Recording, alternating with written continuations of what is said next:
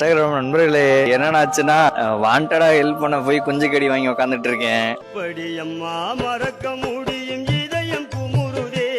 Matter என்னன்னா, ஒரு personal விஷயமா திண்டுக்கல் வரைக்கும் போயிருந்தேன் பாத்துங்க. ஒரு 4-5 நாளைக்கு முன்னாடி நடந்தது. இப்போ வந்து பேசிக்கிட்டு இருக்கியா அப்படின்னு நீங்க கேட்கலாம். வீடியோ எடுக்க விட மாட்டாங்க. ஊருக்கு போயிட்டு கோயம்புத்தூருக்கு ரிட்டர்ன் ஆகிட்டு இருந்தேன். பழனியில கோயம்புத்தூர் பஸ்ஸை புடிச்சு ஏறி உட்காந்தாச்சு. நல்லா அப்படியே சொகுசா ஜன்னல் ஓரமா சீட்டை போட்டு உட்காந்துட்டேன். அப்ப பஸ்ஸுக்கு வெளியே ஒரு குடிகார நண்பர் என்ன பண்ணிட்டு இருந்தாருன்னா, கண்டக்டர் என்கிட்ட கெஞ்சிக்கிட்டே இருந்தாப்ல. ஆனா என்ன மடத்து குளத்துல மட்டும் இறக்கி விட்டுருங்க ப்ளீஸ்னே அப்படின்னு சொல்லி கெஞ்சிக்கிட்டு இருந்தாப்ல. கண்டக்டர் என்ன இருந்துட்டு பேசாம போறே இல்ல நெத்தியில பொட்டு வச்சு விடுவா அப்படின்னு சொல்லி மிரட்டிட்டு இருந்தாப்ல. ஒரு கட்டத்துக்கு மேல கண்டக்டர் என்ன இந்த பஸ் மடத்துக்குள்ள போகவே போகாது அப்படின்ட்டாரு. பட் நம்ம தான் பெரிய புளுத்தியாச்சு. நான் அவனிட்ட கண்டக்டரோட சண்டைக்கு நின்னுட்டேன். ஏன் அவரை ஏத்த மாட்டீங்க, நீங்க அவரை ஏத்தி தான் ஆகணும் அப்படிங்குமே. கண்டக்டர் தம்பி உனக்கு ஒண்ணும் தெரியாது, சத்த பொட்டிட்டு நில்லியா ஓரமா அப்படின்ற மாதிரி சொல்லிட்டு இருந்தாப்ல. பாக்கெட் செக் பண்ண அவன்ட்டு ₹1 கூட கிடையாது, இவன் எப்படி நான் பஸ்ல ஏத்துறது அப்படின்னு கிடந்தாரு. நீங்க வாங்க ₹30 நான் போட்டு கூட்டு போறேன் அப்படின்னு சொல்லி அவரை பஸ்ல ஏத்திட்டேன். இந்த பஸ்ல லாஸ்ட் சீட் ஒரு 7 பேர் உட்கார மாதிரி ஒரு சீட் இருக்கும் இல்லையா, அதுல அப்படியே காலை நீட்டி படுத்துட்டான். பஸ்ஸும் நல்லா ஃப்ரீயா தான் இருந்துச்சு. போக போக நல்லா தான் இருந்தான் அந்த தைலி. கொஞ்ச நேரம் கழிச்சுதான் எனக்கு அவனோட சுயரூபமே தெரிஞ்சு.